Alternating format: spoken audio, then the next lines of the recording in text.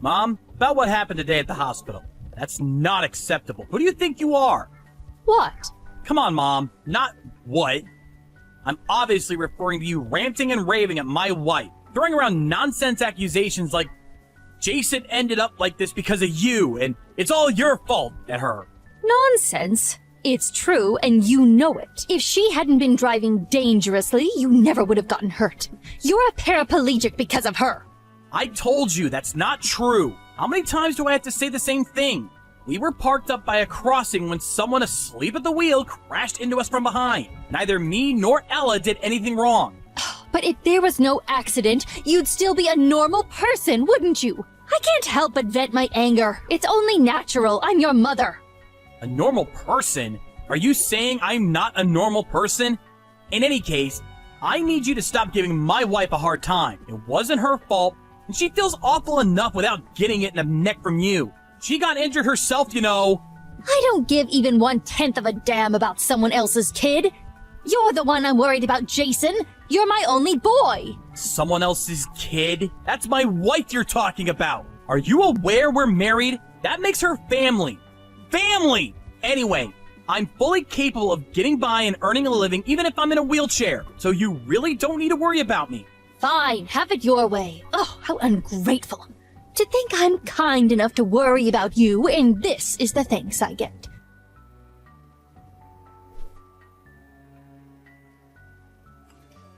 Jason, listen to me. I had a long, hard think last night. And I decided it would be better if me and you never had anything to do with each other ever again. I think we should cut all ties, son. What? It's time to address the elephant in the room, son. You're a cripple. Living alone is going to be virtually impossible for you from now on. There's no hope of you being able to look after me when I'm old and infirm if you can't even look after yourself. Old and infirm? What? Basically, you're cutting all ties with me because I can't look after you when you're old. That's not the only reason. On top of that, I simply don't have enough time or energy to look after you, which means it would be quite inconvenient to have you around. I'm already getting old, you know. My knees creak, my hips ache. I'm no spring chicken. My plan is to live out my years getting by on your father's inheritance. That would be a lot easier for me if I had one less family member to worry about. Think of it as an opportunity to express some gratitude for all the hard work I put into raising you. You'll accept, won't you? You can't be serious. Is this the kind of thing a mother says to her heavily disabled son? Can't believe it. Come on, Jason. Surely you can see it can't be helped. I put in years of blood, sweat, and tears into raising you and did a damn fine job, if I do say so myself. I had no issue with devoting my time and energy to you when I thought it would pay off after I reached an old age. But now? What use is a son who can't even walk around without assistance? And I'm asking you nicely. Won't you be a dear and free me from my servitude? I see. Basically, what you're saying here, Mom, is that the only reason you had me in the first place was so I could change your diapers when you get old. And now that I can't walk due to the car crash, I no longer have any value. So you're throwing me away like a piece of garbage. On top of that, you also plan on keeping all my dad's inheritance for yourself. Even though he specifically stated a sizable chunk should go to me. It's hardly my fault. Want to know what the single most important thing in the world is, son? Having a solid plan. If I cut you out of my life, I can live out the rest of my days entirely on your father's money. As for your side of the bargain, you also get out of having to care for me when I'm old and frail. No matter how you look at it, it's a win-win situation. Do whatever you like. I won't try and stop you cutting me out of your life, but don't you dare try and contact me or my wife ever again. This is final. That's my line. Don't bother showing up at the house and try to get your greedy hands on the inheritance, because you won't be setting foot inside ever again. Starting tomorrow, we're strangers. Is that clear? Okay, fantastic. Bye-bye.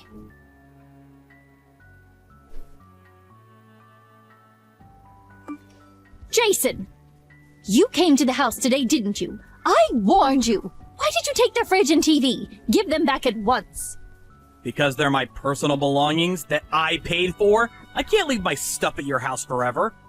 I gave the key to a close friend and had him stop by to pick them up. Oh, I told him to leave all the frozen stuff in a cooler box, so you're best off eating them ASAP before they spoil. I cannot believe you. I had no idea my son was so petty and small-minded. Oh, did I say son? Oh, my mistake. You're a stranger now, of course. Oh, it's fine, forget it. At Fridge and TV, we're probably just second-hand junk anyway. I'll buy some shiny new ones with your dad's inheritance. So I don't need your junkyard scrap anyway. Sure, the Fridge is a brand new Hitachi with touchscreen feature configuration and Wi-Fi connectivity. And the TV is an ultra-thin, flat-screen, 70-inch home cinema tier marvel of modern technology. It's true, though. Maybe you'll be able to afford them if you use Dad's inheritance. It's your house, so do what the hell you like. I don't need to be told by you. Believe me, that's what I fully intend on doing.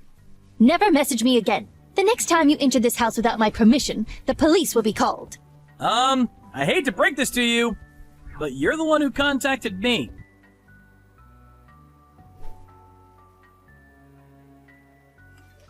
Jason! What? I was sure you told me we're cutting all ties. Did I dream it? Don't be sarcastic with me, boy.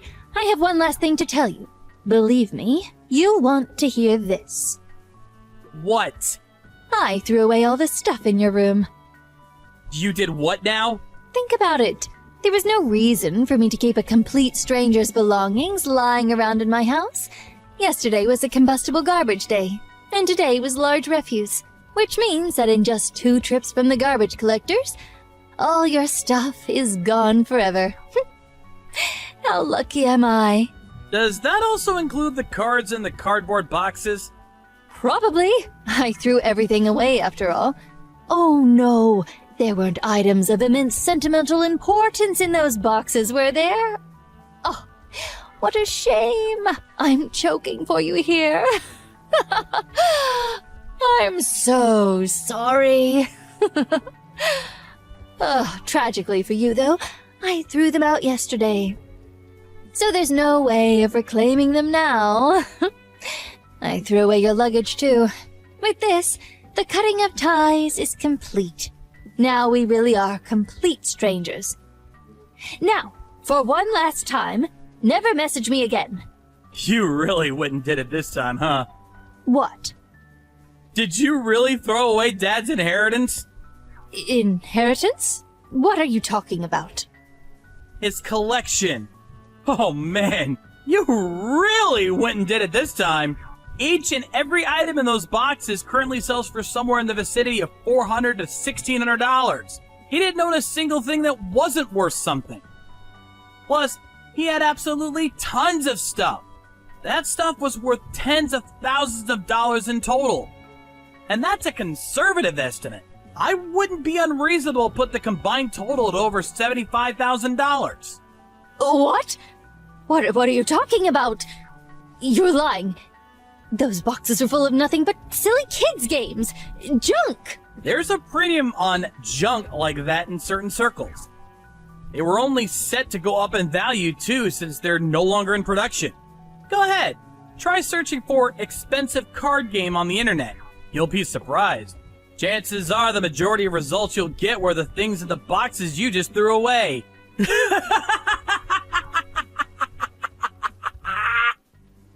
Wait, no, you're lying. You're lying, right? Tell me you are.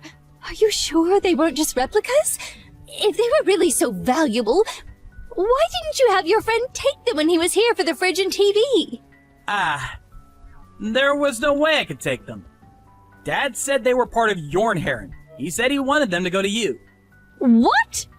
You know how Dad had a bit of a hoarding habit? Well, before he died, he divided up all the stuff that could be sold at a decent price between the family and wrote it in his will. To me, he left all of the heavier, more unwieldy antiques. To you, he left the lighter, easy-to-sell card games. What? This is the first I've heard of it. Of course it is. Dad asked me to tell you in the event, and only in the event, that you were facing genuine financial hardship and struggling to get by. It's written in his last will and testament addressed to me. I can show you if you don't believe me. Now, I did plan on doing as he asked and was prepared to go through the necessary procedures if that time ever came. Oh my God. Good grief, Mom. I wouldn't have guessed in a million years you'd toss everything out. Me or the cards. It's not a total loss, though. I plan on taking good care of all the antiques Dad gave me, at the least. Jason! You get yourself down to the landfill and start digging through the trash at once! What? No way! I'm in a wheelchair. That's impossible. But you said that stuff was worth $75,000! You might still make it if you go now. Hurry up! Move! I don't think so. You said you tossed them out yesterday, so they've probably all been crushed by now. Don't get clever with me, boy. Ah, I know. I'll make you an offer you can't refuse. If you come back with this $75,000 worth of cards, I'll allow you back into this family. Not just that, but I'll even look after you. Sorry to disappoint you, but like I already told you, I don't need looking after. What are you talking about? You're a wheelchair-bound cripple, for heaven's sake. How can someone like you live on their own? I'm not alone. I have my wife. Anyway, do you even know what my job is? I create plastic models. I receive commissions and then create prototypes for dolls, figures, and models. Which is why I don't need to walk to earn a living. What? Does that mean getting crippled in the accident has no effect on your salary? How many times have I told you at this point? 5? 10? Damned if I know. What kind of mother doesn't know what their own son's job is? Do you have that little interest in me? Really? You do that? That's great news, son. Oh, wow. Am I your son again now? That sure is convenient, huh? There's just one problem. I don't consent to this rekindling of ties you seem to be assuming is taking place. We're strangers now, and we always will be. Jason, how can you be so cold towards your mother? Have you no heart? Despite me being so lonely, what with your father gone and all, how horrible. Jason, my boy, won't you be a darling and come back to the house today? Let's have some supper together. I'm not eating with you. Don't be ridiculous. There seems to be a small contradiction between cutting all ties with me and then inviting me over for supper to play Happy Families. Jason, please. This wasn't an easy decision for me to make, you know. I only did what I did because I was filled with anxiety about the future. I'm sure you were. I had a feeling to that effect, which is why I intentionally left only the card games behind. You're the one who threw them all out solely because you made the mistaken assumption they were guilty of the crime of belonging to me. To be honest, I'm more sick of you than I am sympathetic. I've got an idea. Won't you be a dear and give me all the antiques your dad left you? I don't mind if they're heavy. What? Why would I do that? Why would I give you the things Dad explicitly said he wanted to go to me? I won't even be selling them anyway. Those antiques were part of Dad's cherished collection, and they were really important to him. All the more reason to hand them over. They'd be far more valuable if I sold them. I could use them to get by on. What use are they as decorations for your apartment? They'd be nothing but clutter. It's what your father would want, Jason. You know it's true. I could explain in explicit detail why you're wrong, but you probably wouldn't even understand. Anyway, I have absolutely no intention of giving you any of his stuff. Nor do I ever want to live with you again. I'm gonna stop replying to your messages soon. How can you be so insensitive? Oh, I've had it with you. Fine, I don't need you. I still have some savings in my bank account. That's great!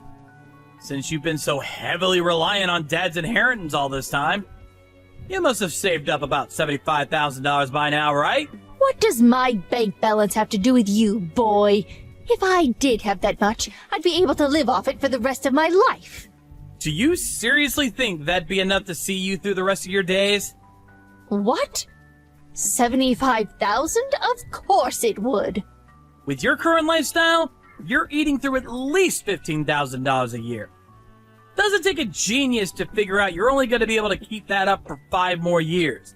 You could afford to have a higher standard of living when Dad was still around. But there's no way your current lifestyle is sustainable. What's your point? Are you saying I need to tighten my belt and save up more? No chance. You can't stop me buying the things I want. Listen, want to know what the simple most important thing in the world is? Having a solid plan. If anyone can do it, you can, Mom. I have to make this clear, though, and it really pains me to say this, but me and my wife simply don't have enough time or energy to look after a complete stranger. Stop it, please. Just wait. What do you mean, stranger? We're family. I'm your mother. Let's just talk this over. Jason, please, answer the phone. Look, Mom, I'm a cripple.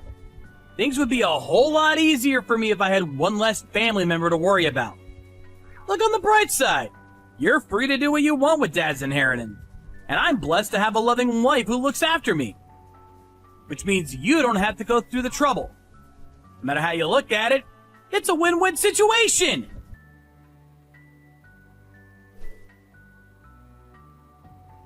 Apparently after that, much to my astonishment, my mom ran to the landfill on her own and entered illegally by climbing over the back fence in a frenzied panic.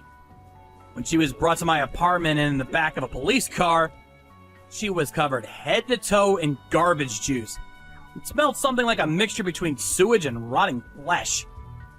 Of course, being strangers now, I firmly rejected my responsibility and sent her back on her way with those 2 unfortunate policemen who had to tolerate the stench.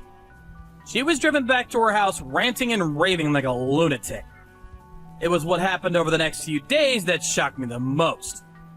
Me and my wife got back from a day out to find someone had been rummaging through our belongings and made a total mess of the place. When I confronted my mom, she confessed to sneaking into the apartment and turning the place upside down in an attempt to find my dad's antiques. Thankfully, her search was in vain because my wife's parents very kindly agreed to let us keep everything at their place for a while. However, my patience had reached its limit. We enlisted the help of a lawyer through a recommendation from my stepdad. When we went over to warn her that we'd take legal action if she ever pulled anything like that again, my mother, tragically ignorant of the world, immediately became timid and backed down. And she hasn't bothered us since. I do have a feeling she'll probably try to get in touch with me again after a little while. So me and my wife are currently making preparations to move on the down low. I already bought a new cell phone, which means that by the next spring, we finally will be strangers once and for all.